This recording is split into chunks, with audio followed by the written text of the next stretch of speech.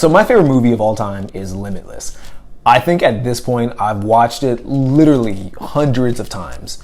And whenever I watch Limitless, something always comes to mind. Usually, I'll be honest, one of the main reasons why I like to watch a movie every once in a while is because I like to use it as a form of motivation. I kind of like the whole story of the main character, Eddie Mora, going from someone who's essentially like a loser, who has basically no money, no good relationship, and looks to be disheveled and poor health, going from that version of himself to the more limitless version of himself where he's somewhat famous, he has money, a little bit of status, he's recognized and well-renowned by the people around him. It's inspirational, I'll call it that. So I watched it a few years ago and something stuck out to me, and it's something that I continue to think about to this day.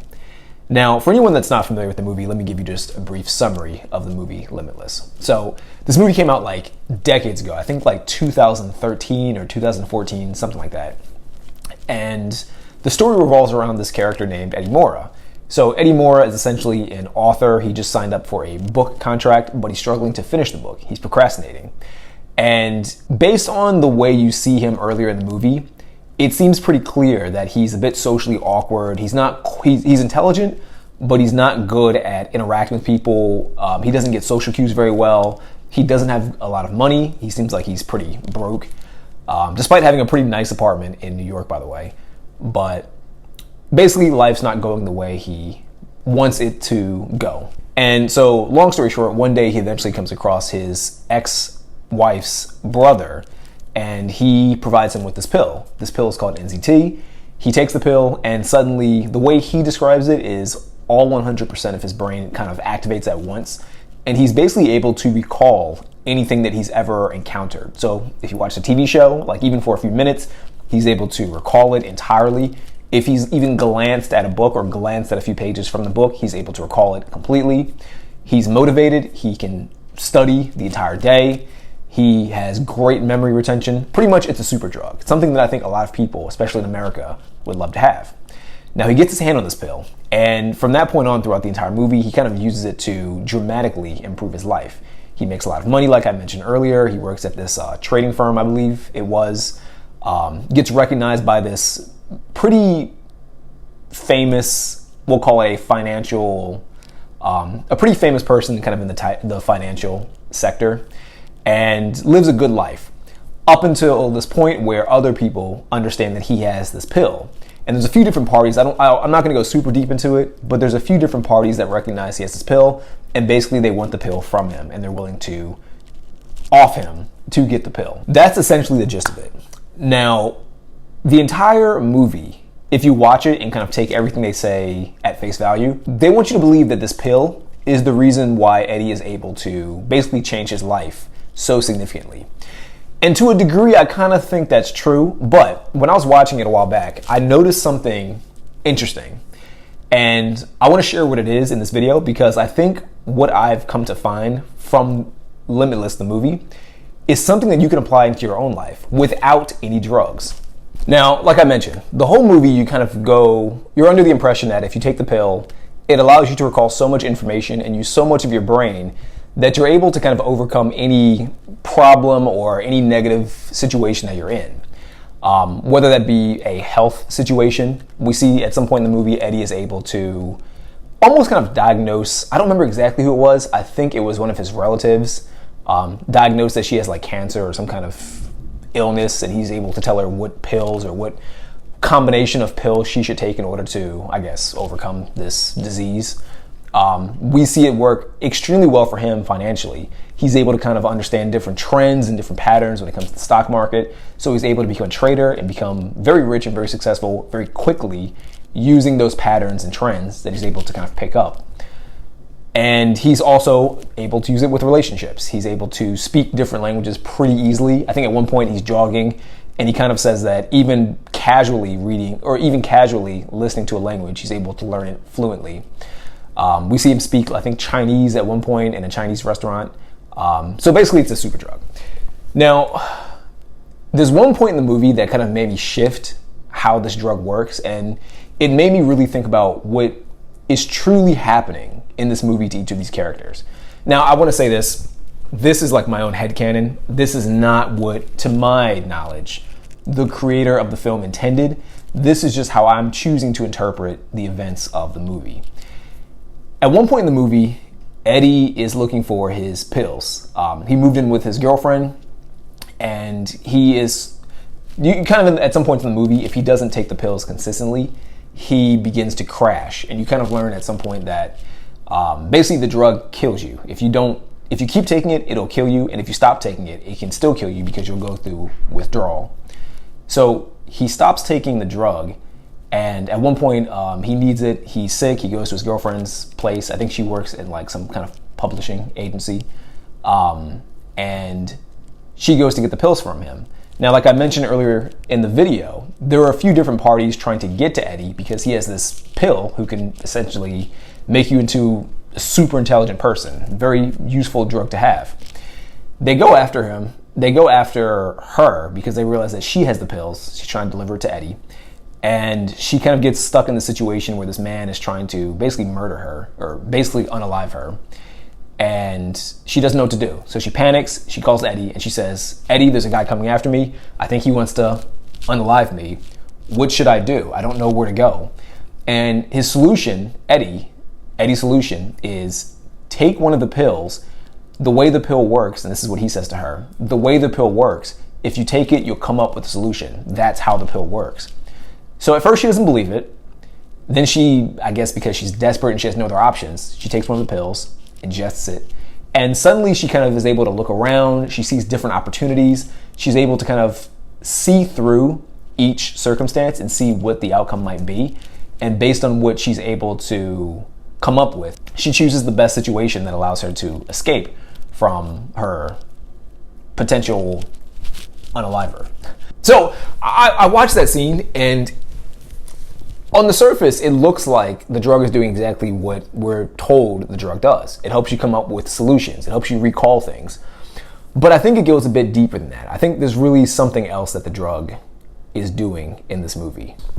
I think the true power of the pill is that it gives you the belief that you can overcome any problem or any negative situation that you're in. And the key word that I want to highlight is belief. It gives you the belief that what you want to do is possible. Now, the reason why I believe this to be true is because throughout the movie, you can hear the mindset and kind of perspectives of, at the very least, Eddie, who we know, he's the main character. He's taken the pill. So we can hear the way he thinks before taking the drug. We can hear the way he thinks while he's coming off the drug. And we can hear the way he thinks after he's taken the drug. And the interesting thing is that it's not very different the entire time. Like, when he's off the drug, he sounds more or less the same as when he's on the drug, besides one key thing. And the key thing is that he just lacks a belief in himself. He lacks confidence. When we first see him in the movie, he's clearly not unintelligent. He has a book deal, and this is before he's been taking the drug. So clearly he's competent. Clearly he's not stupid. He knows how to at least write. The problem, I think, is that earlier in the movie, it seems like he's been stacking up so many losses, he's down on himself. He's down on himself, and he doesn't quite know if he can succeed, which is what leads him to procrastinate and not get the book done. But I believe that after he takes the drug, you can see kind of like a surge of motivation, I think is the exact words he uses. He wants to complete the book. He's so focused on finishing the book that he's able to kind of finish it in a single day, get through every single chapter. He's so motivated that he wants to clean his house. He wants to go exercise. He changes his clothes. He wants to be more social. Does that make sense? Really, what it comes down to is that the drug gave him the belief that whatever he sets his mind to will lead to a positive outcome. The other reason why I think that the pill doesn't really make you a superhuman, it just gives you belief, is because we see other people in the movie take the pill, and those people make mistakes. I think actually, all the people we see in the movie, I think 4 or 5 people take the pill. We see Eddie, we see his ex-wife's brother take the pill. Spoiler, his ex-wife's brother gets killed. So even with the drug, he's still making mistakes. He's still able to be caught off guard. We see kind of this Russian mobster guy take it. He gets killed. And if I'm not mistaken, he gets killed by an Eddie that's either off the pill or coming off the pill. So either way, it's someone who should not be able to outthink or outperform you, because one person's off NZT, the other person's on NZT. The person on NZT should be at a significant advantage based on what we are led to believe from the movie. There are a few other people that take the pill, but it doesn't really matter. The point that I'm trying to make is that the pill doesn't make you perfect. It doesn't make you infallible, and it doesn't mean that you cannot make mistakes.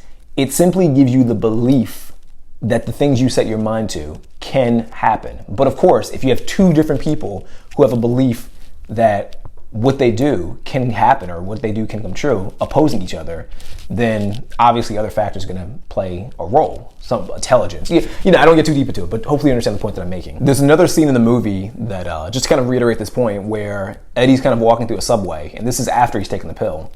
And I believe he kind of bumps into this guy, and the guy and his friends, the guy who gets bumped into and his friends, get mad at Eddie. They start kind of talking trash, and Eddie senses that a fight's about to happen.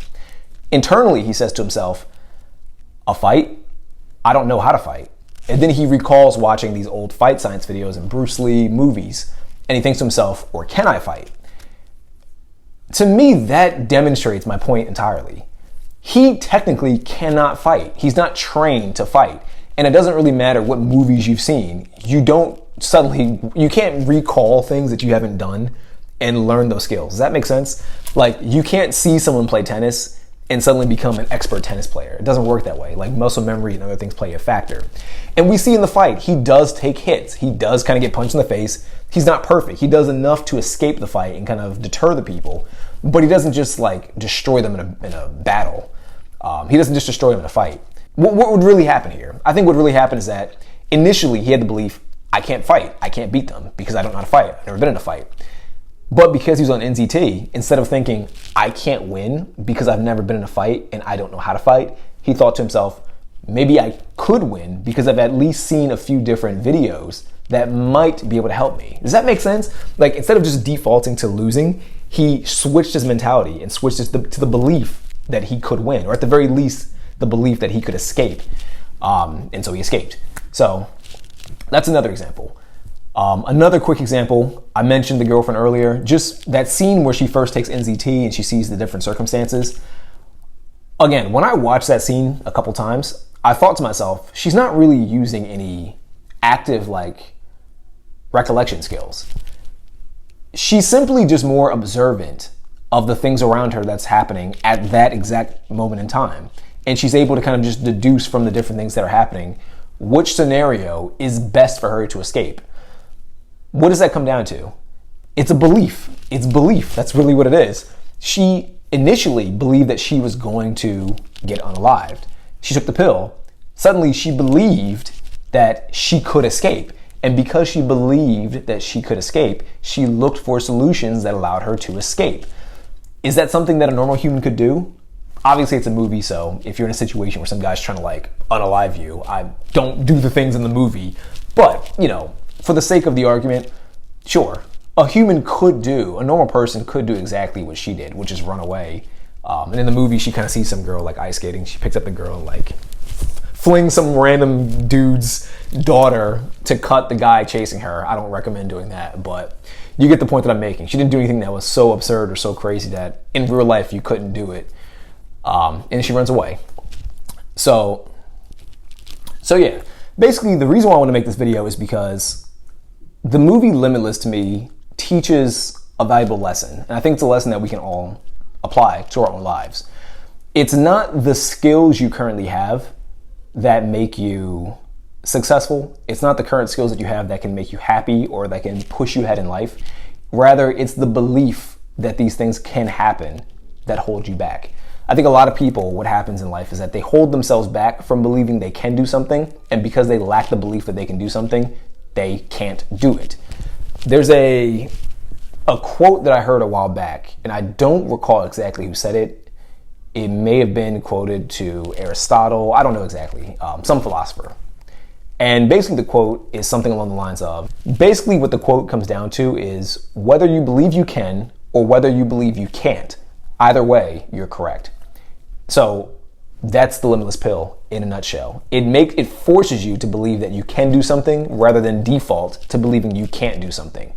Eddie was already writing the book. He took the drug. What did it make him do? It just made him believe that he could write the book. So because he believed that he could write the book, he stopped procrastinating and he wrote the book. The girl that was in a dangerous situation initially believed that she couldn't escape. She took the pill. What happened? She believed that she could escape, and because she believed it, it came true.